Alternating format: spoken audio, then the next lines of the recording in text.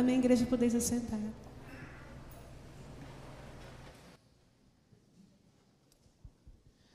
Graça e paz, igreja. Que a paz do Senhor Jesus esteja habitando os nossos corações. E essa noite possamos dar um louvor, um culto de louvor agradável diante do Senhor. Vamos orar ao Senhor, pedir a Ele, agradecer primeiramente por tudo aquilo que Ele tem dado a nós. E também pedir a Ele que esteja ministrando sobre as nossas vidas nessa noite, através da palavra do Senhor. E que o louvor, mesmo que de lábios impuros, estejam chegando até os tronos, até o trono da graça do Senhor. Vamos orar, irmãos? Baixe a sua cabeça. Senhor, nós queremos diante do Senhor, ó Pai, agradecer de coração, ó Pai, por tudo que o Senhor tem feito por nós, ó Pai. Nós queremos te adorar, ó Pai, na beleza da tua santidade, porque tu és digno, Senhor, do nosso louvor. Tu és poderoso, excelso, Criador de todas as coisas.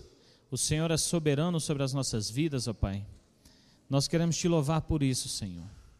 Nessa noite, diante da tua presença, meu Pai, como um instrumento de culto ao Senhor, ó Pai, estamos aqui reunidos na casa do Senhor, ó Pai, para cantar, louvar ao Senhor, para ser ministrados os nossos corações através da sua palavra, pelo nosso irmão reverendo Idermar. Que o Senhor, ó Pai, em nome de Jesus, ó Pai, esteja falando aos nossos corações nessa noite, Senhor. Que nós possamos, ó Pai, estar ouvindo a tua palavra, Senhor. Que nós possamos, ó Pai, ter a sua palavra como uma espada, Senhor, que corta os nossos corações, ó Pai. Que nós possamos estar absorvendo essa palavra, Senhor, no nosso testemunho, quando nós saímos daqui de dentro. Que o Senhor esteja ministrando sobre as nossas vidas, Senhor, nos dando sabedoria, Senhor, para que possamos ser crentes fiéis ao Senhor, ó Pai. Para que possamos ser crentes maduros, no qual qualquer vento de doutrina não derruba, Senhor. Mas que nós possamos estar com os pés firmados na rocha do Senhor, ó Pai, com a tua palavra. E que essa noite, Senhor, nós possamos estar louvando ao Senhor, e o Senhor recebendo o nosso louvor, Senhor. Que nós possamos estar sendo pensativos quanto à nossa vida cristã, que nós possamos estar sendo críticos em relação ao nosso testemunho, Senhor, e que possamos estar abrindo os nossos corações para a sua palavra, Senhor, que possamos estar aprendendo cada vez mais aquilo que o Senhor tem para nos ensinar. Nós queremos te louvar, ó Pai, te agradecer por tudo que o Senhor tem feito e por tudo que o Senhor ainda vai fazer na nossa vida. Nós oramos em nome de Jesus. Amém, Senhor. Amém. Irmãos, vamos ler a palavra do Senhor lá no profeta Isaías.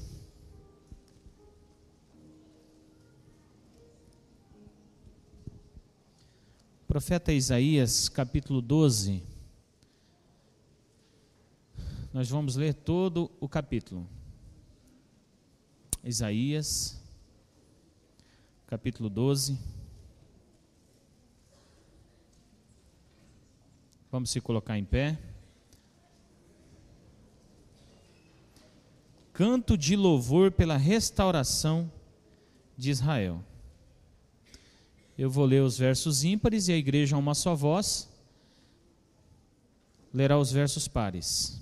Canto de louvor pela restauração de Israel. Isaías, capítulo 12. Eu ainda estou escutando uns barulhinhos de folhinha, então é melhor todos estar juntos para ler a palavra do Senhor. Vamos lá. Orarás naquele dia: graças te dou, ó Senhor, porque ainda que tiraste contra mim, a tua ira se retirou, e tu me consolas. Esse Deus é a minha salvação, confiarei e não temerei, porque o Senhor Deus é a minha força e meu cântico, ele se tornou a minha salvação. Vós, com alegria, tirareis água das fontes da salvação.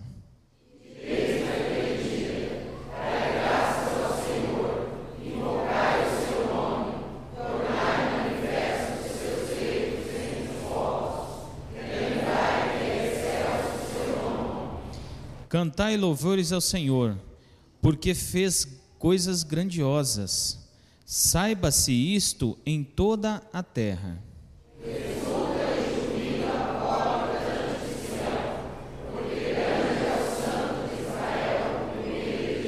Glórias ao Senhor. Obrigado ao Senhor, agradeçamos ao Senhor por tudo que Ele tem feito. Cantemos louvores porque Ele fez coisas grandiosas na nossa vida. Deus tem falado muito conosco. E nós vamos cantar ao Senhor, né, para fazer jus a essa palavra que nós acabamos de ler. Nós vamos cantar o hino de número 42, o grande amor de Deus.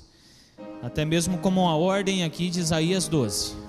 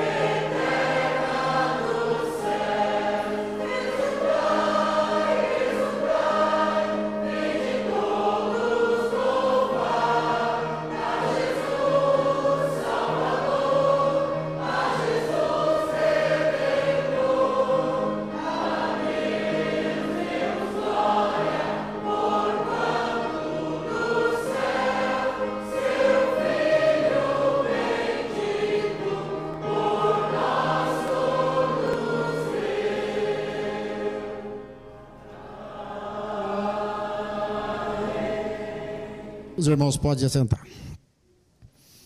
Vamos ler no livro de Isaías, capítulo 6, versículos de 5 a 7. Isaías 6, versos 5 a 7.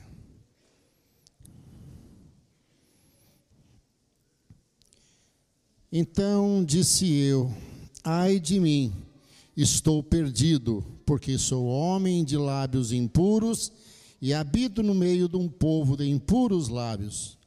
E os meus olhos viram o Rei, o Senhor dos exércitos. Então um dos serafins voou para mim, trazendo na mão uma brasa viva, que tirara do altar com uma tenaz. Com a brasa tocou a minha boca e disse: eis que com ela tocou os seus lábios, na tua iniquidade foi tirada, a tua iniquidade foi tirada, e perdoado o teu pecado. Vamos cantar o hino de número 68.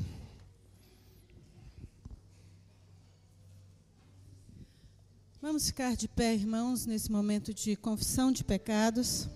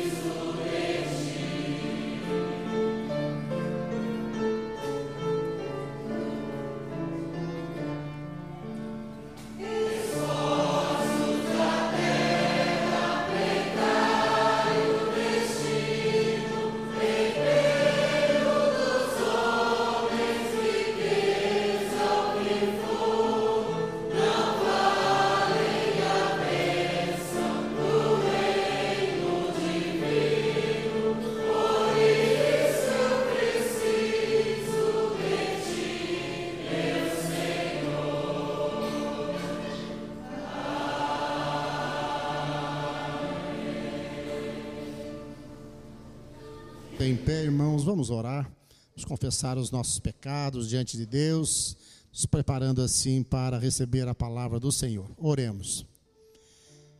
Pai amado, em nome do nosso Senhor Jesus Cristo, estamos aqui. Te louvamos, ó Deus, pelo privilégio, ó Deus, da família da fé. Te agradecemos, ó Deus, porque podemos falar contigo, tendo a certeza de que o Senhor nos ouve, apesar de nós, porque nós fazemos isto em nome de Jesus.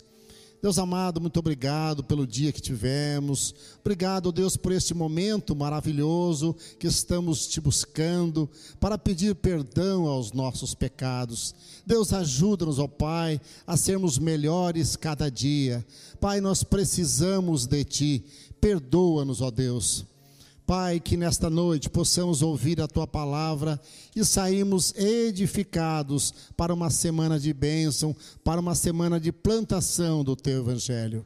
Fica conosco, ó Deus, e nos dá a Sua paz. Nós oramos assim em nome de Jesus. Amém. Os irmãos podem assentar. Meus queridos, rapidamente nós queremos dar algumas notícias do Conselho Missionário.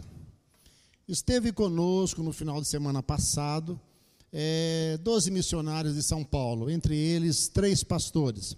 É uma igreja nova e eles vieram para conhecer a Missão Caiuá e nós o levamos também até a Taquapiri, pastor Gervásio. Estava um frio muito grande, mas foi uma grande bênção. O Senhor esquentou os nossos corações e nós pudemos conhecer muitas verdades ali que estão havendo, muitas necessidades. Pudemos fazer um culto maravilhoso em Taquapiri. Eu acredito que tinha umas 150, 160 pessoas no culto.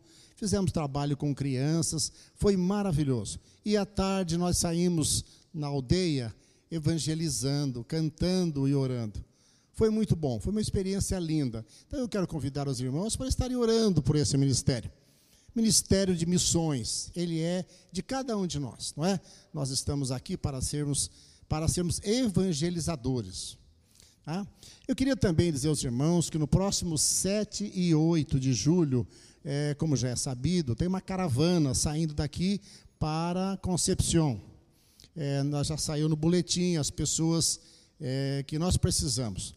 Nós organizamos de uma forma que vá pessoas que sirvam lá, conforme nós conversamos com o pastor Francisco. Nós precisamos muito da oração da igreja, da participação da igreja, nós precisamos de computador para levar lá, nós estamos montando uma sala de computador lá na escola presbiteriana que tem neste local também. E uma última notícia do Conselho Missionário. Queridos, nós temos uma caminhonete quebrada, sem condições de uso, aqui na Missão Caiuá. Então eu quero pedir em nome de Jesus aos irmãos, como presidente do conselho, eu preciso estar levando isso aos irmãos. Nós precisamos levantar uma oferta de R$ 4.800 para ajudar. Nós queremos que os irmãos colaborem, abram o coração e o bolso, e aquilo que não for completado, o conselho da igreja, é isso, né, pastor? Vai fazer o pagamento. Essa caminhonete é de uso importante deles e foi se desgastando ao longo do tempo. Então, nós precisamos de uma oferta generosa, que Deus possa nos abençoar assim. Amém? Vamos, então, agora entregar os nossos dízimos, e aí os irmãos tragam já os dízimos. A irmã que me ajuda no som aqui, e o dízimo, então, aquilo que não tiver no envelope ou tiver nominado, além do dízimo, as ofertas missionárias. Amém?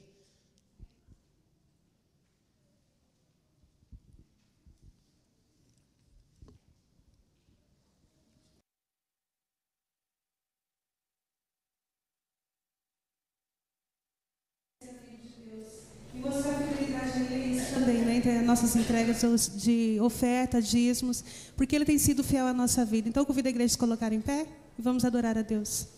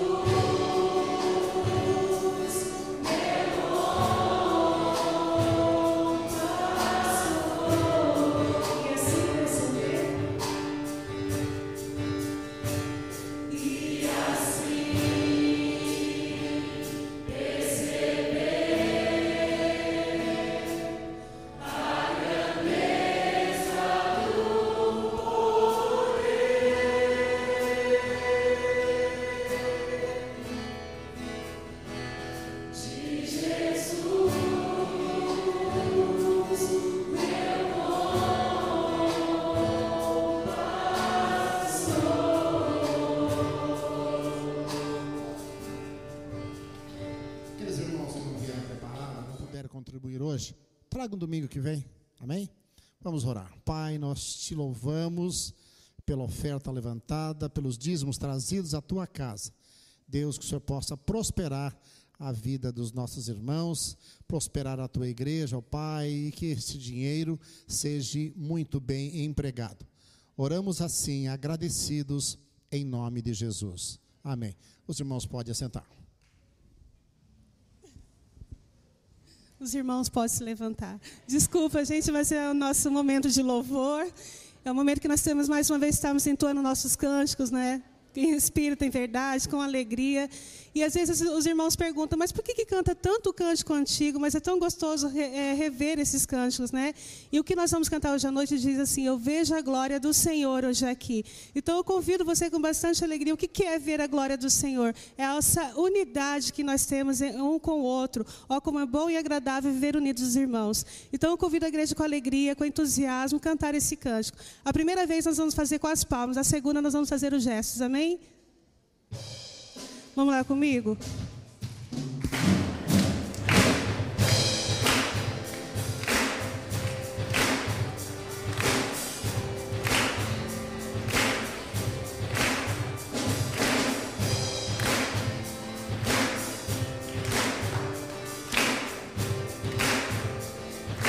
Abra sua boca e seu coração e declare: eu vejo a glória do Senhor.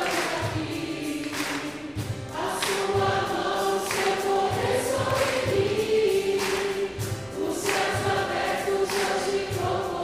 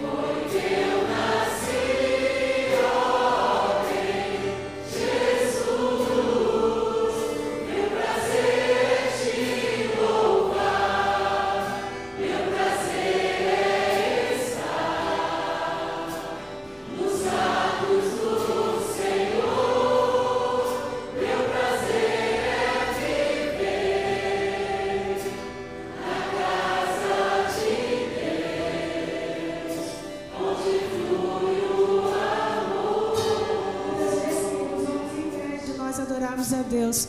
Mas esses homens não podem pedir, porque nós nascemos para adorar, amém? Então declare em espírito e verdade com o seu coração e com a sua alma, porque Ele merece o nosso louvor.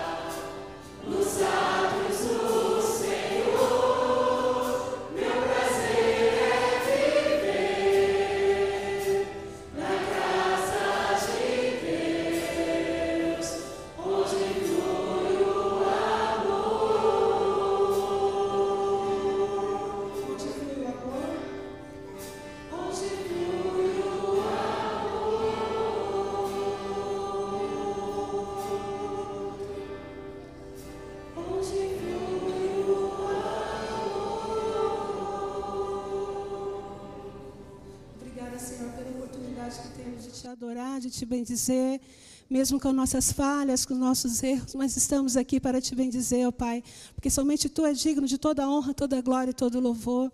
Derrame bênção sobre cada vida aqui essa noite, Pai. Prepara o nosso coração para receber a Tua palavra e obrigado por tudo que o Senhor tem feito, em nome de Jesus, amém. A igreja pode se sentar.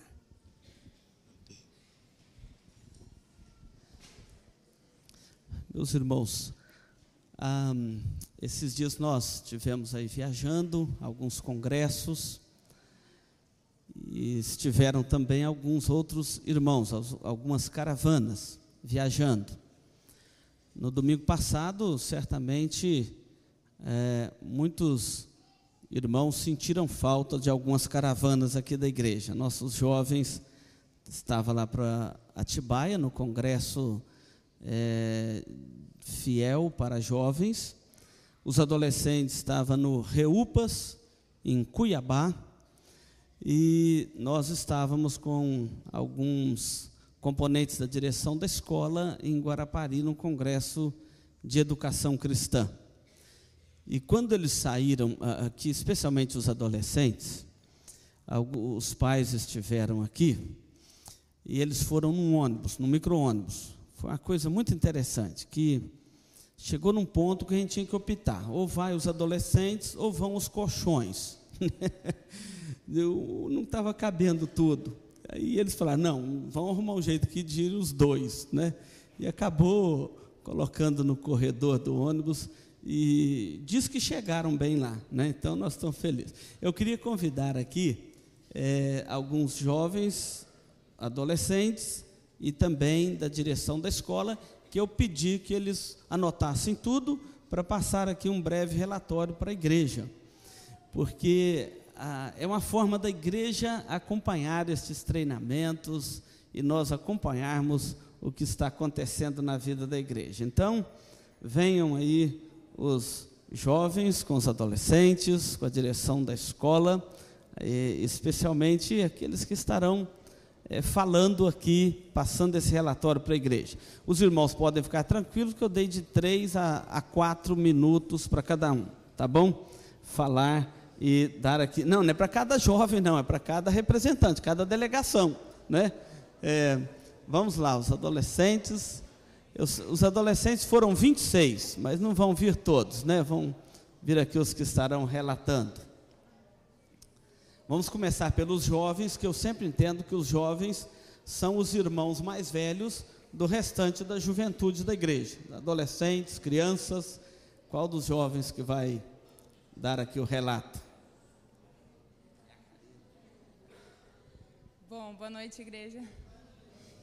Nós queremos agradecer a colaboração de toda a igreja, o pastor Idemar, o pastor Edward, o conselho da igreja, os presbíteros, os diáconos, o Raul, nosso conselheiro, que nos acompanhou, a Elô, irmã do Raul, que nos acolheu na casa dela lá em Atibaia também.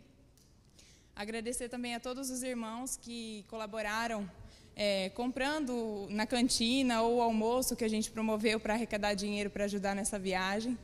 E dizer para vocês que essa conferência foi muito, muito importante mesmo para a nossa vida espiritual e para a nossa comunhão também, para a gente poder conhecer melhor um ao outro e ver que nós não estamos sozinhos, né? Que existem muitos jovens no mundo todo, no Brasil inteiro, em todos os lados, buscando a Cristo, e as palestras sempre focando na centralidade de Cristo nas nossas vidas. Então, nosso muito obrigada a todos vocês. Alguém mais quer falar?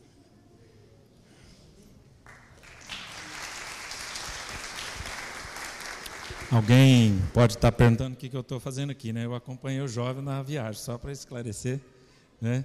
E foi um momento muito precioso, nós pudemos viajar cerca de 1.200 quilômetros, né? O problema não foi ir, né? O problema quando estava lá, falava, falta mais 1.200 quilômetros.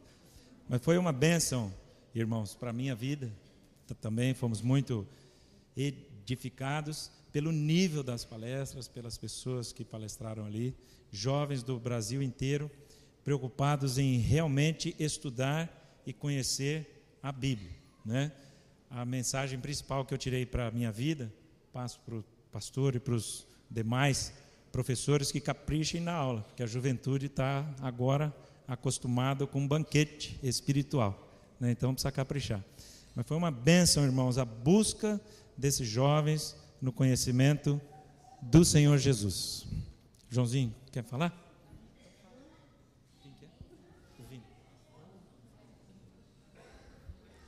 Bom, eu vou falar rapidamente, né, do local.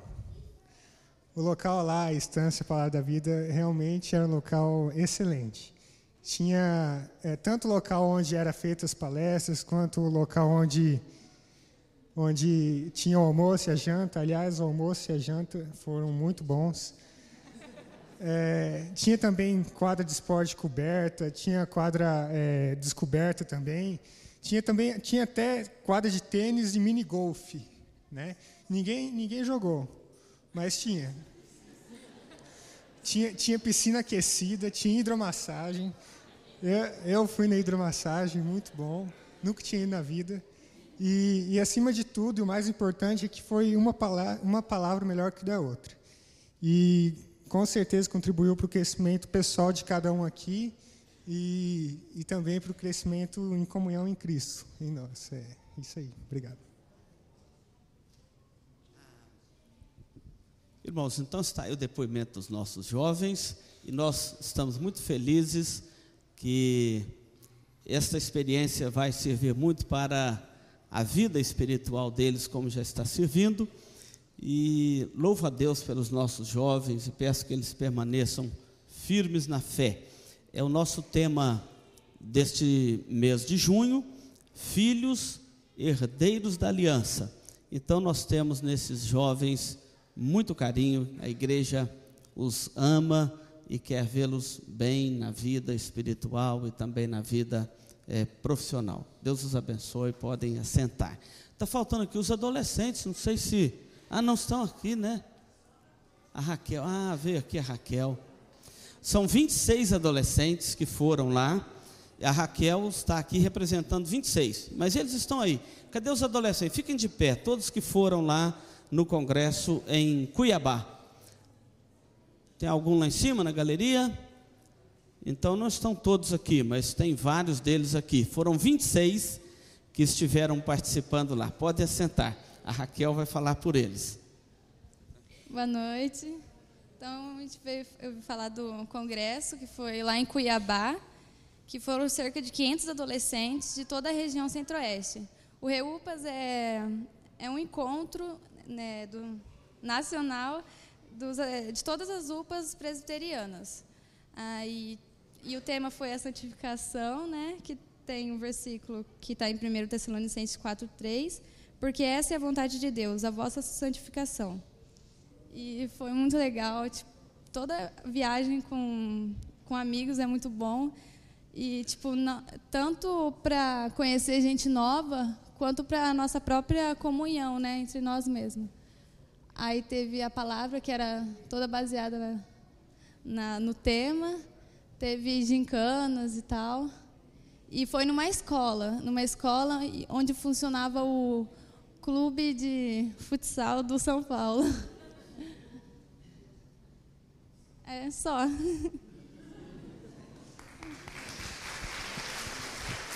Irmãos, o REUPAS é um trabalho da Nacional de Adolescentes por região. Ali em Cuiabá foi a do Centro-Oeste, nós tivemos lá 500 adolescentes. Ao mesmo tempo estava acontecendo em Betim, da região Sudeste, tinha lá 2.000 adolescentes. É proporcional, a igreja lá no Sudeste é maior do que no Centro-Oeste. Então é proporcional, nós louvamos a Deus pelos nossos adolescentes. Agora vamos falar do Congresso de Educação Cristã em Guarapari, no Espírito Santo. Pode apagar e pôr as fotos aí, elas são poucas. Foi impactante para nós e desafiador, né, pastor? Nós tivemos ali pessoas da Igreja Presbiteriana do Brasil ministrando na nossa vida, pastores com palestras que nos deixaram atentos quanto ao ensino da nossa igreja. E o que eu posso dizer para a igreja é que nós chegamos aqui desafiados, com muitos desafios pela frente, mas eu posso dizer também que nós ficamos contentes porque a gente percebe que a nossa escola está indo pelo caminho correto. Mas a educação cristã ainda é um grande desafio para nós. Nós temos muita coisa para fazer, muito trabalho, e a chamada do dia é que nós precisamos investir em pessoas para estar trabalhando, desenvolvendo a escola e a educação cristã nas nossas igrejas. Foi tudo de bom. Lá tinha quadra coberta, iluminada, descoberta, piscina, que a gente nem viu, mas tinha. E tinha mar também, mas muita chuva. Tá? Mar também, mas muita chuva. E nós fomos realmente abençoados. E na hora oportuna nós vamos estar falando sobre aquilo que nós aprendemos lá. Nós tivemos lá durante esses dias 10 oficinas e a nossa igreja conseguiu, através de nós 3, estar presentes em todas as oficinas.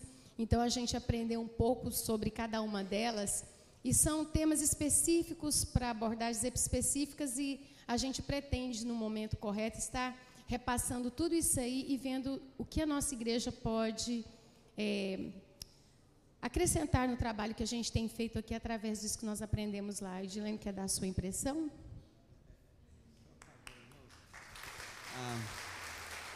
Podem sentar. Quero dizer para os irmãos que este Congresso de Educação Cristã reuniu lá em Guarapari 740 irmãos, praticamente de todos os estados da nossa confederação. Foi um momento muito precioso na vida da igreja e na vida daqueles que participaram. No final do culto nós vamos ouvir os diáconos aí com o trabalho da junta diaconal. Hoje nós temos muito relatório a dar aqui. Esse mês de junho, nós estamos trabalhando o tema do nosso ano, aquele que você recebeu naquele programa anual, Filhos Herdeiros da Aliança. Foi feita uma pesquisa, e quando eu olho aqui, essa pesquisa certamente está diante dos meus olhos aqui. Foi feita uma pesquisa sobre a igreja, e constatou-se o seguinte: 1% dos membros da igreja se converteram até os 4 anos de vida. Até os 4 anos, 1%. 81% da nossa membresia da igreja, segundo a pesquisa, se converteu entre os 4 e os 14 anos de vida. 81%. A importância do nosso tema, Filhos Herdeiros da Aliança. 81%. 14% se converteu ou assumiu publicamente a sua fé dos 15 aos 30 anos. 14%. E 4% se converteu após os 30 anos de idade. Isso significa que se você está com 60 não converteu até hoje, a situação não é boa, não. Essa é uma estatística, assim, preliminar. O que eu quero falar aqui hoje é um assunto, assim, muito direto aos pais e aos filhos. Nós temos observado, e eu vou passar aqui uma outra estatística, que deve haver em nós, pais, igrejas e também aos nossos filhos, uma preocupação e um zelo no que se diz respeito à tarefa de passar aos nossos filhos, assim, tanto a igreja quanto a família, uma cosmovisão cristã, para que eles possam viver a sua vida tendo essa visão, a visão cristã de mundo. Qual a visão de mundo que você tem? Porque quando os nossos filhos chegam na universidade, ao chegar ali, eles se chocam com uma cosmovisão mundana. Se eles não estiverem bem alicerçados, com uma visão de mundo correto, segundo a palavra de Deus, eles terão grandes dificuldades de enfrentar o ambiente hostil ao cristianismo que se instalou dentro das universidades. Historicamente, as universidades, Deus estava nas universidades. Depois ele foi colocado lá no último banco da universidade. Pode ficar aí, mas fica lá no último banco e não perturbe a aula, por favor, né? Depois baniu Deus da universidade, e agora não só satisfeito com ter banido Deus da universidade, agora há também aquela ideia de que tem que atacá-lo, não apenas bani-lo, mas atacá-lo. Então, quando o nosso jovem sai da igreja, chega na universidade e se choca com aquela cosmovisão mundana, alguns deles têm tido dificuldades no seu relacionamento com Deus. Eu quero te dizer a priori o seguinte, que a cosmovisão cristã é uma visão otimista de mundo. A cosmovisão mundana é uma visão pessimista do mundo e da vida. Então, deixa eu te dar uma estatística aqui. Segundo esta estatística, ela foi apresentada a nós no Congresso pelo reverendo Augusto Nicodemos, que é o chanceler do Mackenzie, e por causa da visão que as escolas presbiterianas hoje no Brasil todo, tendo como carro-chefe o Mackenzie, têm trabalhado uma cosmovisão cristã. Inclusive a nossa escola Erasmo Braga, aqui em Dourados, trabalha com a cosmovisão cristã. Então, quando esses jovens que se converteram aí até os 14 anos, na sua maioria, como nós vimos, chegam na universidade, segundo essa estatística, 10% deles se tornam filhos pródigos. Lembra do filho pródigo? E muitos deles se aderem ao ateísmo, negam a Deus, aderem à filosofia que lhe é passada pela faculdade. E alguns professores falam assim: você é muçulmano, tem que te respeitar. Você é judeu, tem que respeitar a sua fé. Você é um cristão evangélico, eu tenho que acabar com a sua fé até o fim do ano. Isso foi falado para um aluno num curso de odontologia. Tem tudo a ver, arrancar dente, com acabar com a fé do jovem, não tem? Então, esse ambiente hostil às vezes, e nós como igreja e famílias não estamos muito atentos, mas 10% deles se tornam pródigos, filho pródigo, e se aderem ao ateísmo. 40% deles são chamados nômades, eles ficam assim soltos. Imagina Dourados, nós temos aí 30 mil alunos em Dourados, sabia disso? 30 mil jovens universitários em Dourados, e temos muitos pródigos e nômades, que saíram de suas cidades, deixaram lá suas famílias, criados no ambiente da igreja, e quando chegaram na faculdade ficaram soltos, não frequentam nenhuma igreja, só vai na igreja quando volta na cidade dos pais, e os pais falam: filho, vão na igreja? Vão, né? Para não, assim, contrariar o pai e a mãe, acabam indo. 20% deles são chamados os exilados. Exilados porque ficam vagando, oscilando. Eles ficam com um pé na igreja e o outro pé no mundo. Quem conhece e tramita nos corredores da influência universitária sabe disso, que as festas não têm os nomes mais bonitos. Está aí nos carros em Dourados uma festa fantasia que vai acontecer em agosto, e se você ver os personagens que estão já se propagando, as fantasias não são boas, e eles frequentam essas festas, a bebedeira, o vício, e exilados porque eles ficam com um pé na igreja e com um pé no mundo, com um pé na igreja e com um pé no mundo. E por fim, 30% deles, para a glória de Deus, permanecem firmes, convictos, não negociam a sua fé, não negociam seus valores, seus princípios, a sua visão cristã e bíblica de mundo. Isto é uma preocupação. Isso deve levar cada um de nós, pais, igreja, a orar mais pelos nossos filhos e preocupar com eles. Inclusive, o Ministério Universitário aqui da igreja está procurando famílias para adotar jovens universitários. Se a sua família puder adotar adotar assim, para você levar para casa, para almoçar com você fim de semana, ele ter o seu telefone, você contacta com ele, ele com você. Se ele adoecer, ele te liga, você socorre. A família dele vai agradecer muito você, pode ter certeza disso. E ele vai lembrar de você pelo resto da sua vida, da sua história, da sua jornada. Dada essa estatística, deixa eu orar aqui com as crianças. Me mandaram um recado aqui, ainda não orou com as crianças para ir para o culto infantil. Cadê as crianças? Vem aqui, criançada. Mas elas precisavam de ouvir, junto com as professoras, o que nós estávamos falando aqui. Olha que criançada bonita que a nossa igreja tem aqui, irmãos. Dá gosto, né?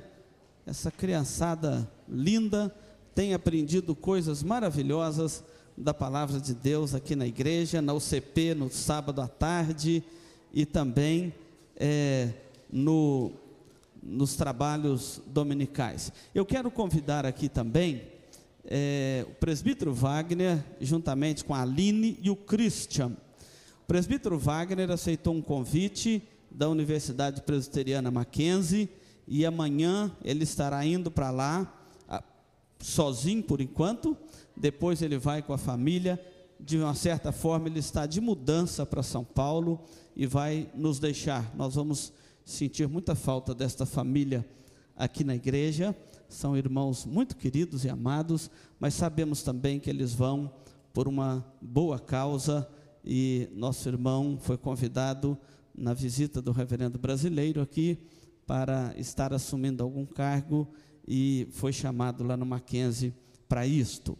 Nós louvamos a Deus e vamos acompanhá-lo com as nossas orações, e ele vai fazer parte da administração, do Conselho Geral de Administração lá da Universidade Mackenzie. Vamos orar por esta família e por estas crianças. Nosso Deus e Pai, é grato estarmos aqui na Tua casa nesta hora.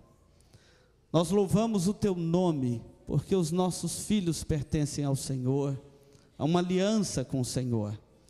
Queremos, ó Deus, orar, interceder por cada um deles, os nossos jovens universitários, nossos adolescentes no 2º grau, nossas crianças no ensino fundamental, aos pais, a todos aqueles educadores cristãos que têm a tarefa de educar os nossos filhos. Dá-lhes graças e sabedoria, ó Deus, e possamos ter uma fé cada dia mais firmada no Senhor para resistir os tempos que agridem a nossa fé. Deus, nós oramos agora pela vida do presbítero Wagner, da Aline, do Christian. Deus, é com gratidão ao Senhor que nós oramos por esta família e também pela oportunidade que o Senhor está dando a ele de servir ao Senhor na Tua causa, em outro local, fora da nossa cidade, mas ao mesmo tempo intercedemos por ele, pela sua família, que o Senhor o conduza em paz, em segurança, abençoe a sua adaptação ali no serviço, na cidade, e que ele seja bênção nas Tuas mãos, dentro daquela instituição de ensino tão importante para a vida da nossa igreja e para a vida da nossa pátria. Louvamos o Teu nome, por este irmão querido e amado, pelo trabalho que ele já prestou à Tua igreja, nestes anos vividos aqui no nosso meio, e que ele possa ir com a aprovação dos irmãos, com as orações dos irmãos e com a bênção do Senhor sobre a vida dele e da sua família. Oramos assim com ações de graças e louvor no nome de Jesus. Amém, Senhor. Amém. As crianças podem ir. Wagner, Aline, Deus abençoe nessa nova jornada, nessa nova etapa da vida, tá bom? Irmãos, eu quero destacar com você aqui os 3 primeiros capítulos de Gênesis. Abra sua Bíblia aí em Gênesis 1.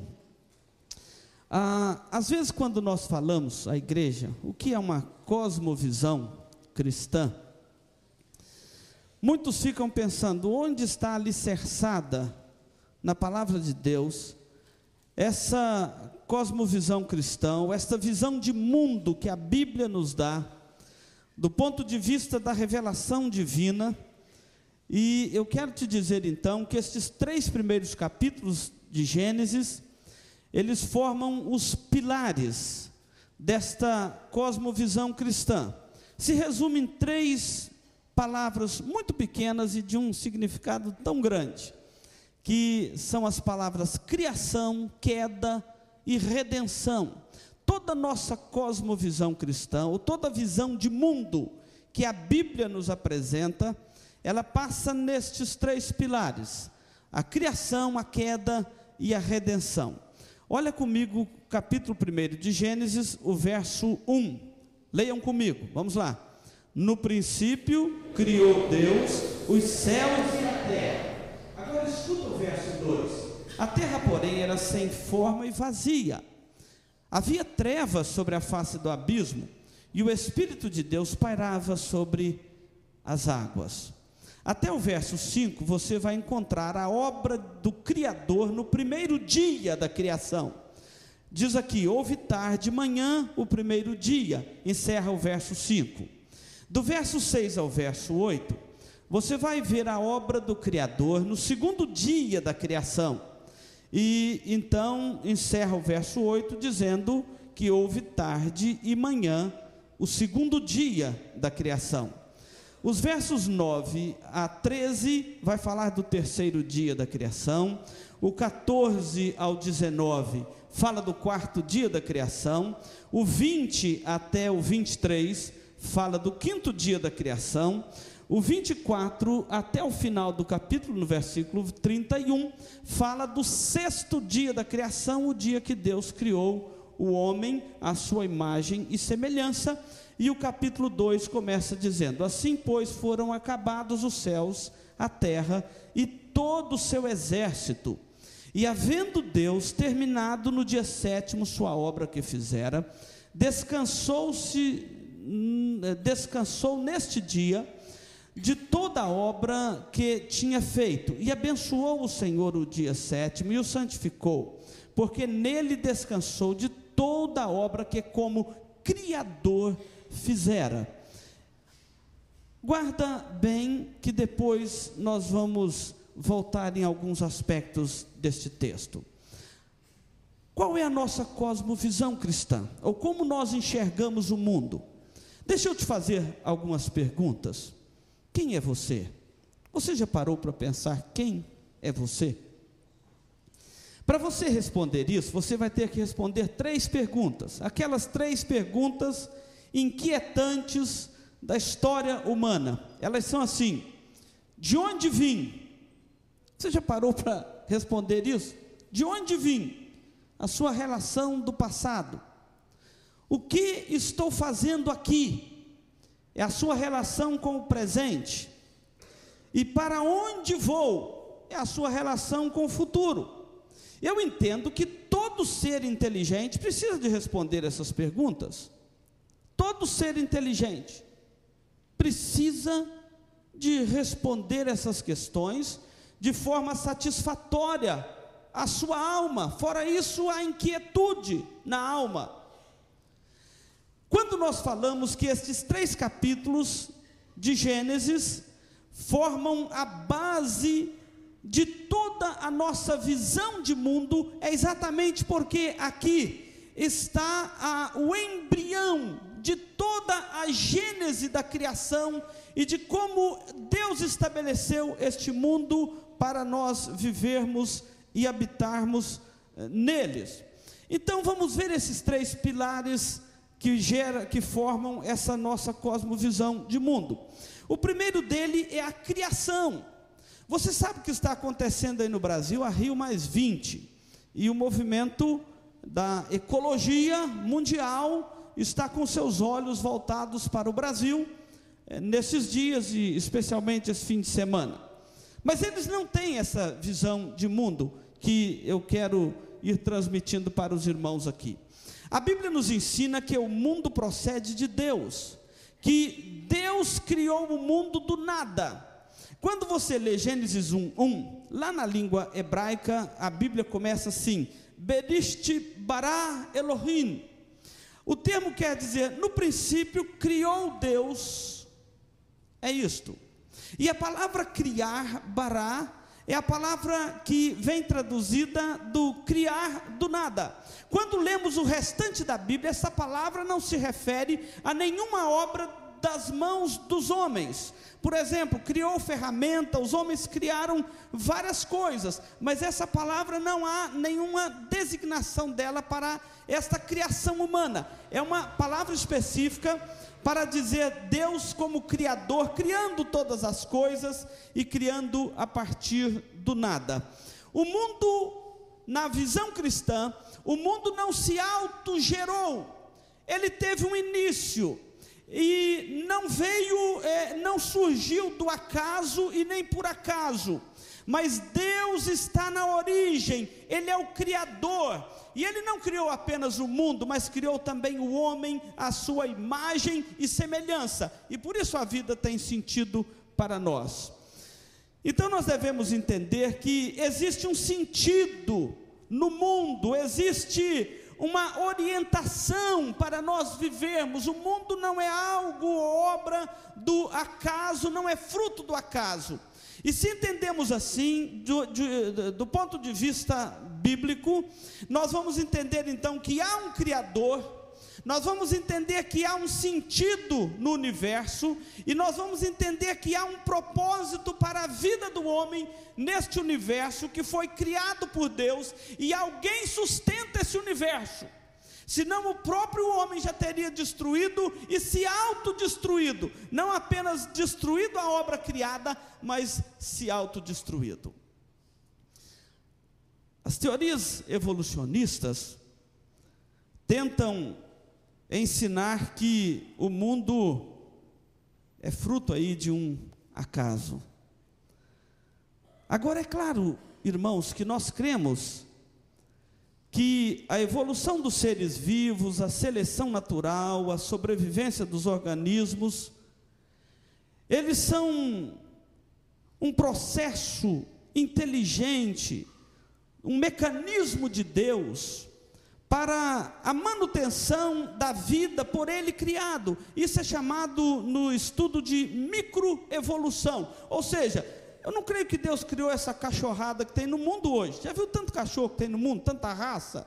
Cachorro grande, pequeno, médio. Tem cachorro de tonelada, não, tonelada é arroba, né? Várias arrobas. E tem cachorro aí que cabe no bolso, assim, né? Você confunde ele com rato, com algumas coisas. Então, é claro que a evolução dos seres vivos, no aspecto de que há um processo, e Deus está por trás de todo este mecanismo. Ou seja, a mão inteligente de Deus está por trás deste mecanismo todo, mantendo a sua obra criada.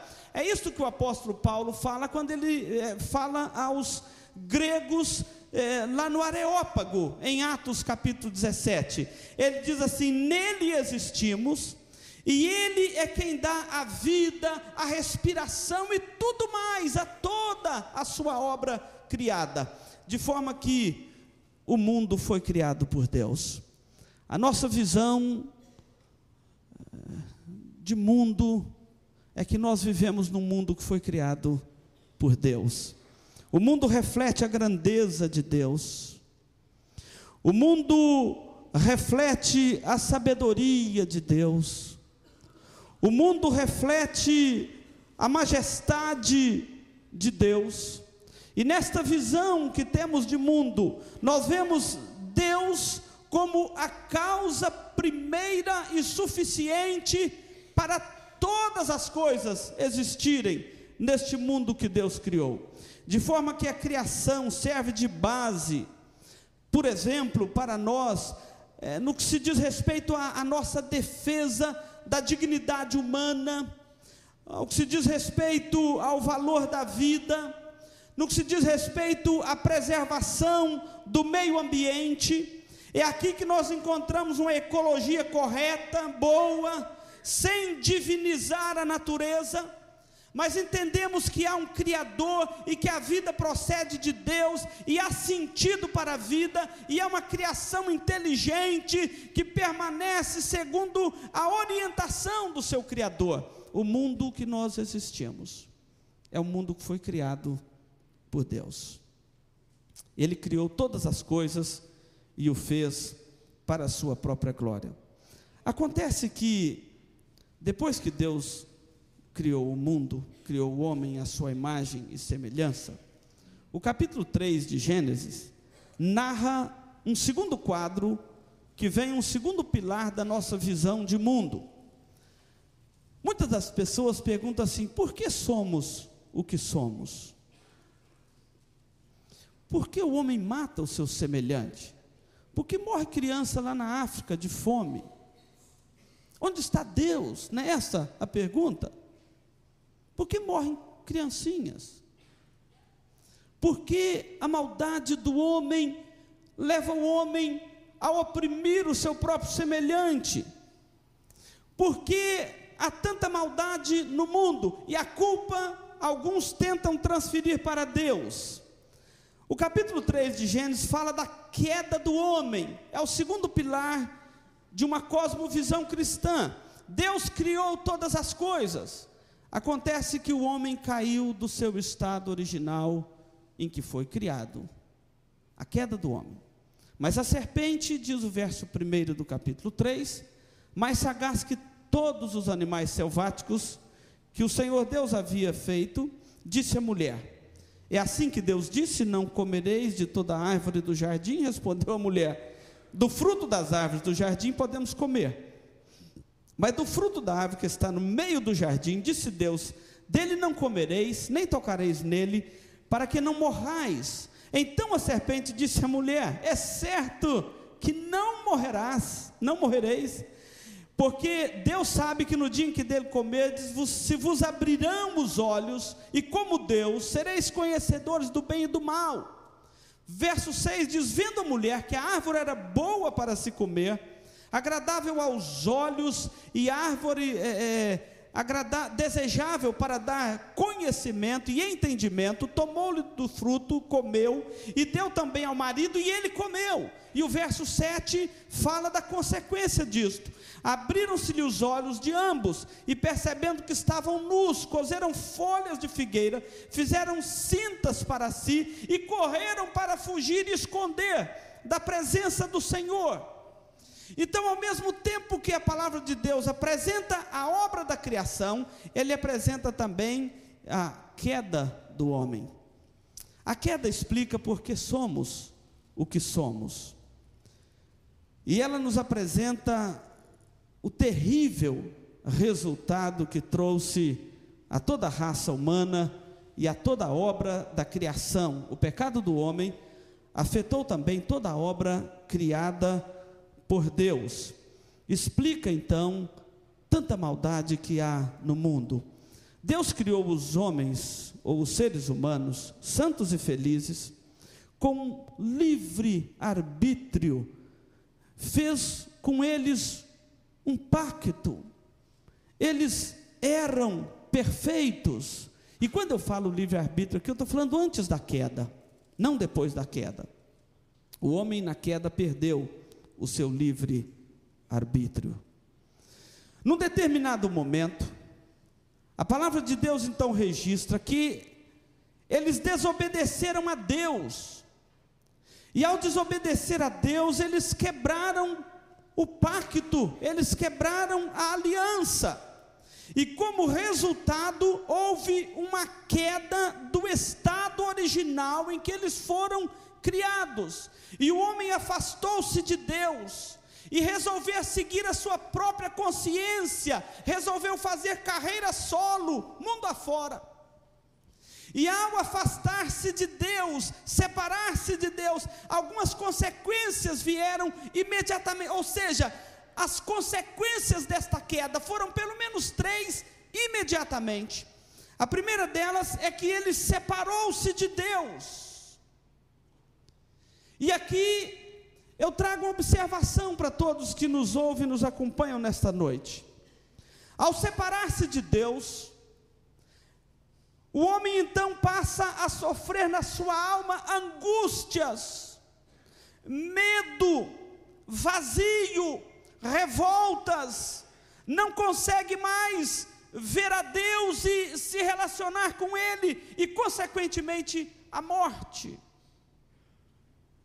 Como que você explica este vazio que há no coração dos homens, se não por esse aspecto da queda original do homem, do estado em que foi criado? Mas além de separar-se de Deus, outra consequência da queda é que o homem separou-se também dos seus semelhantes, uns dos outros. O primeiro homicídio da história humana acontece em Gênesis 4, quando Caim matou Abel, e não tinha nem canivete naquela época. Ele teve que valer-se de uma ossada, de um osso, e deu-lhe uma ossada na cabeça, e ele não resistiu e morreu, e era irmão dele. Separou-se uns dos outros. Qual a consequência disso, da queda? É aqui, irmãos, que nós explicamos porque há tanta violência no mundo, tanto ódio no coração dos homens, guerra, roubo, inveja, busca pelo poder, a necessidade que nós temos, e aqui eu não estou falando de gente de fora, não, de nós aqui, de humilhar uns aos outros, por exemplo. Opressão, tédio, porque o homem separou uns dos outros. Dietrich Bonhoeffer, alemão, do período do nazismo, ele diz que essa separação, essa queda, essa consequência da queda, foi tão terrível nesse aspecto da separação uns dos outros, e o homem parar de ver o outro como seu semelhante, e ver, em vez de ver como próximo que Jesus ensinou, inclusive amar o próximo como a si mesmo, ver como um rival. E ele diz assim, que as pessoas sentem solidão, no meio da multidão. Está perto, mas está longe. Não é assim que às vezes é o sentimento que a gente tem? A queda do homem trouxe estas consequências. Separou-se de Deus, separou-se uns dos outros, mas separou-se também da natureza. Por isso que o homem se torna agora aquele que vai trazer uma exploração desenfreada dos recursos naturais, a destruição do meio ambiente, e ele se torna um predador de outras espécies e da própria espécie humana. Nós temos que admitir que as ONGs que há no mundo neste assunto ecológico, a ONU, as convenções promovidas por ela, inclusive aqui, a Rio+20, não podem resolver este problema do homem. Ele está na essência. E esse negócio de mãe natureza é para pagão. Para nós não tem mãe natureza. Deus criou a natureza. Tem o pai natureza, né? O pai da natureza. Mas mãe natureza não existe no nosso vocabulário. Com a queda nós explicamos o caos moral e espiritual que há no mundo. E nos faz entender que, apesar da queda, Deus não abandonou. Essa é a nossa visão de mundo, irmãos. Que apesar da queda, Deus não abandonou o ser humano à sua própria sorte. Ainda que ofuscada, a imagem de Deus permanece no homem. Seja no mais crente ou naquele mais atrevido ateu que você tem que conviver com ele. A imagem de Deus é ofuscada, mas não retirada do homem, e Deus não abandona o homem à sua própria sorte, mas Ele continua sustentando a vida, dando coisas boas às suas criaturas, e Jesus fala: se vós que sois maus, sabeis dar boas dádivas, muito mais o vosso Pai Celeste que está nos céus. Na sua providência, na sua graça comum, Deus continua sustentando a vida, a natureza, apesar da rebelião do homem e da sua queda original. E é isto que torna a vida um pouco mais suportável neste mundo. Apesar de tudo isto, Deus continua sustentando a sua obra criada, a graça comum. O cidadão, seu vizinho, pode ter blasfemado a noite inteira. Se chover de madrugada, a mesma chuva que cai na sua horta, vai cair na horta dele. Se dependesse de oração para chover na horta, até na horta de alguns crentes, ia só respingar, assim, uma neblina, ou o orvalho da noite, quem sabe, não é? Então, na graça comum, apesar da queda e das maldades e sofrimentos do mundo, Deus continua sustentando todas as coisas. O primeiro pilar da nossa visão de mundo, qual que é? A criação. O segundo, qual que é? A queda. Vamos para o terceiro e último. O terceiro e último é a redenção. Capítulo 3 de Gênesis. Olha aí comigo. Eu estou falando isso diante de pais e filhos. E eu quero dizer aos nossos jovens universitários e aos estudantes, aos nossos filhos da aliança, que esta é a visão de mundo que a Bíblia nos oferece. É o que nós chamamos de cosmovisão cristã, que as nossas escolas confessionais, inclusive, trabalham com ela nesses tempos. Capítulo 3, versículo 15, diz assim, leiam comigo aí: porém, inimizade entre ti e a mulher, entre a tua descendência e o teu descendente, este te ferirá a cabeça e tu lhe ferirás o calcanhar. Aqui é chamado o proto-evangelho, a promessa da redenção. Deus criou todas as coisas, o homem caiu do estado em que foi criado e corrompeu toda a obra criada. Então Deus vem e promete uma redenção. Isso aqui é maravilhoso. Virá um descendente do casal para esmagar a cabeça do enganador. Cristo é anunciado e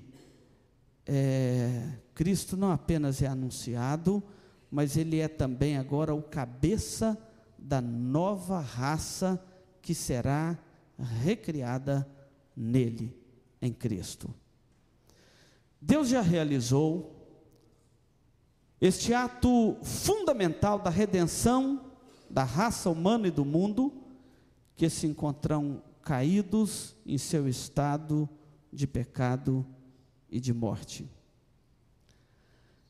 Trata-se da vinda ao mundo de Jesus Cristo, o Filho de Deus. E esta é a nossa visão relacionada ao nosso presente, mas também ao nosso futuro. Que, como nosso representante, Cristo pagou na cruz o preço da culpa do pecado, morreu, ressuscitou, está vivo, exaltado diante do trono de Deus para toda a eternidade. Nós entendemos e cremos pela palavra de Deus que esta obra da redenção iniciada no futuro, Deus haverá de refazer o mundo, haverá de redimir a sua criação e haverá de restaurar o universo mediante Jesus Cristo. Quem esteve aqui hoje na escola dominical, assistiu a nossa aula sobre a redenção da criação, capítulo 8, que Paulo escreve aos Romanos, versículo 21, ele chega a dizer que a própria criação será redimida do cativeiro. Ou seja, nós cremos que Deus não redimirá naquele dia apenas o seu povo, mas também toda a criação. E se você ler o capítulo 8 de Romanos, Paulo vai estar dizendo que a criação geme e suporta angústias até agora, aguardando o dia da redenção, aguardando a manifestação dos filhos de Deus. Então há uma promessa da redenção de toda a obra criada, para que a terra produza na proporção em que fora criada, e não na proporção em que fora corrompida. Mas no momento, o que nós temos para dizer sobre a redenção, é que Deus chama a todos, para que se arrependam de seus pecados, creiam em Jesus Cristo como seu Salvador, e trabalham para reverter os efeitos da queda, até que a nossa redenção seja completa. Nós cremos que a redenção, ela já foi inaugurada na primeira vinda de Cristo, e ela será consumada na segunda vinda do nosso Salvador. Criação, queda e redenção são os pilares da visão de mundo que nós temos. A partir desses 3 capítulos, deslancha toda a Bíblia numa visão ampla do homem, de Deus e da obra criada.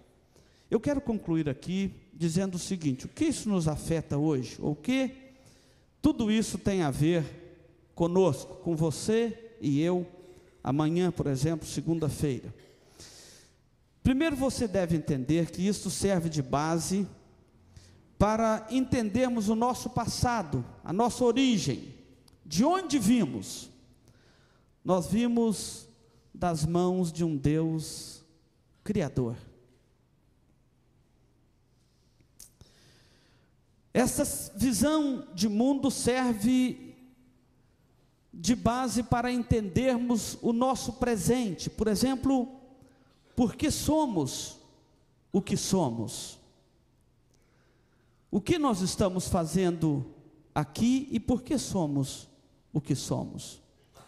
Nós somos criaturas redimidas pelo Senhor, que aguarda o dia de uma redenção final e eterna.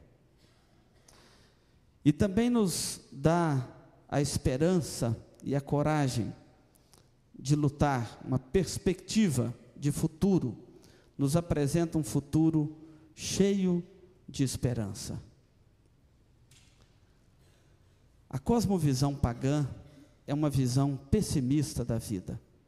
A visão de mundo cristã é uma visão otimista. Então, vou comparar aqui uma com a outra para nós concluirmos. A cosmovisão cristã e a cosmovisão pagã ou mundana é mais ou menos assim. Nós cremos que o mundo existiu a partir da criação. A visão mundana é que o mundo passa a existir a partir de uma evolução. Nós cremos que as maldades no coração do homem é uma consequência da queda do homem do seu estado original. Para a visão mundana, não tem queda, são apenas problemas psicológicos. O homem é essencialmente bom, mas esses problemas aí são problemas psicológicos. Então, se trata que tem cura, né? E, por fim, a nossa cosmovisão cristã, o terceiro pilar, que é a redenção, que enche o nosso coração de esperança. A cosmovisão mundana encerra com desespero. Desespero. Não tem alternativa. É por isso que as pessoas se entregam ao mundo das drogas. É por isso que a vida não tem sentido e nem esperança para muita gente. E eu quero fazer aqui um desafio para você, para nós encerrarmos. Me mostra uma pessoa recuperada e liberta e feliz, transformada por essa cosmovisão mundana. E eu vou te mostrar centenas delas transformadas pelo Evangelho e em plena comunhão com o seu Criador e Redentor deste universo. Que Deus nos ajude, irmãos, a lutar pelos nossos filhos, pelas nossas famílias e transmitir a eles esta visão. E vou dizer para as famílias que eu vou publicar, com autorização do nosso preletor, reverendo Nicodemos, vou deixar no site da igreja à disposição esse material para os nossos jovens, estudantes e para os pais. Que Deus nos abençoe. Amém. Vamos ficar de pé? Nós vamos orar e depois da oração e a bênção, o amém tríplice. Cadê a Antônia? Venha tomar aqui o seu lugar, Antônia. Eu peço que os irmãos aguardem mais um pouquinho, que nós precisamos de passar aqui umas comunicações importantes para a vida da igreja, antes de nós encerrarmos aqui e irmos para os nossos lares. Nosso Deus e Pai, obrigado porque a vida tem sentido para nós. Nós não somos produtos do acaso, não há um determinismo vazio, oco, de desespero para nós. Mas a vida se originou no Senhor e para o Senhor voltará. Obrigado porque apesar da queda do homem, o Senhor não nos abandonou à nossa própria sorte neste mundo. Mas sabemos, ó Deus, que ninguém pode culpar o Senhor pela maldade que há no mundo. Porque o homem quebrou a aliança com o Senhor e trouxe sobre si mesmo muitos males. Ó Deus, obrigado porque nós temos a visão de mundo, de que seremos redimidos pelo Senhor para toda a eternidade, não somente nós, mas também a criação. Há, ó Deus, uma esperança no nosso coração, e nós temos uma visão otimista do mundo, da vida, das coisas, e é isto que nos desafia a viver em comunhão com o Senhor, em alegria. É isso que nos desafia a viver na Tua presença, na Tua companhia, na comunhão com o Senhor. Obrigado porque Jesus Cristo morreu para a nossa redenção, para, ó Deus, acertar as contas do nosso pecado com o Senhor e nos dar uma nova vida, uma nova perspectiva da vida, a vida eterna. Nós te bendizemos. Louvado seja o teu nome pela tua palavra, que não nos deixa perdidos neste mundo, e podemos saber de onde vimos, o que fazemos aqui, para onde vamos. Ó Deus, obrigado por esta bênção maravilhosa do céu, que enche o nosso coração de gozo, de alegria, de paz, de esperança, e podemos viver nessa perspectiva gloriosa do Senhor e da tua redenção. Ó Deus, oramos pelos nossos alunos nas escolas, nossos jovens nas universidades, oramos pelo ambiente da universidade, oramos por todos os jovens que estudam na nossa cidade, no nosso país. Ó Deus, sabendo que cresceu na nossa pátria o número de jovens que estão adentrando as universidades, nós te louvamos por isto e pedimos que o Senhor cuide do coração deles ali, para que não sejam afetados. Ó Deus, nós assim te louvamos e pedimos que eles sejam preparados para a honra e a glória do teu nome, em nome de Jesus, amém. E agora, irmãos amados, que a graça excelsa do nosso Senhor e Salvador Jesus Cristo, o amor eterno de Deus, o nosso Pai, a comunhão e a consolação do Espírito Santo repouse sobre vós, irmãos, e sobre todo Israel de Deus, agora e para todo sempre. Amém.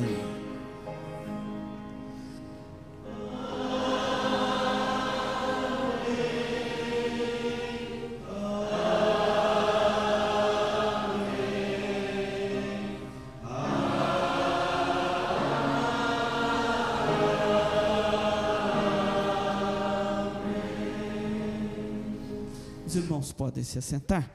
Vamos conhecer os nossos visitantes, Wagner. Bom, nós temos hoje aqui que chegou até nós alguns visitantes. Nós temos aqui a Lídia, ela é prima do diácono Abdon, ela é lá do Recife. Lídia, por favor, se coloque em pé para nós conhecer. Seja bem-vinda, Lídia, em nome de Jesus, né? Nós temos também aqui o Edson e a Cida, e o Davi e o Gabriel, a família. Nós queremos conhecer, estão ali, as crianças estão lá, sejam bem-vindos em nome de Jesus, Deus abençoe. Esse é o nosso Ministério de Integração. Nós queremos saber se porventura tem mais alguém que não passou ali, que está ali. Como que é seu nome, irmão?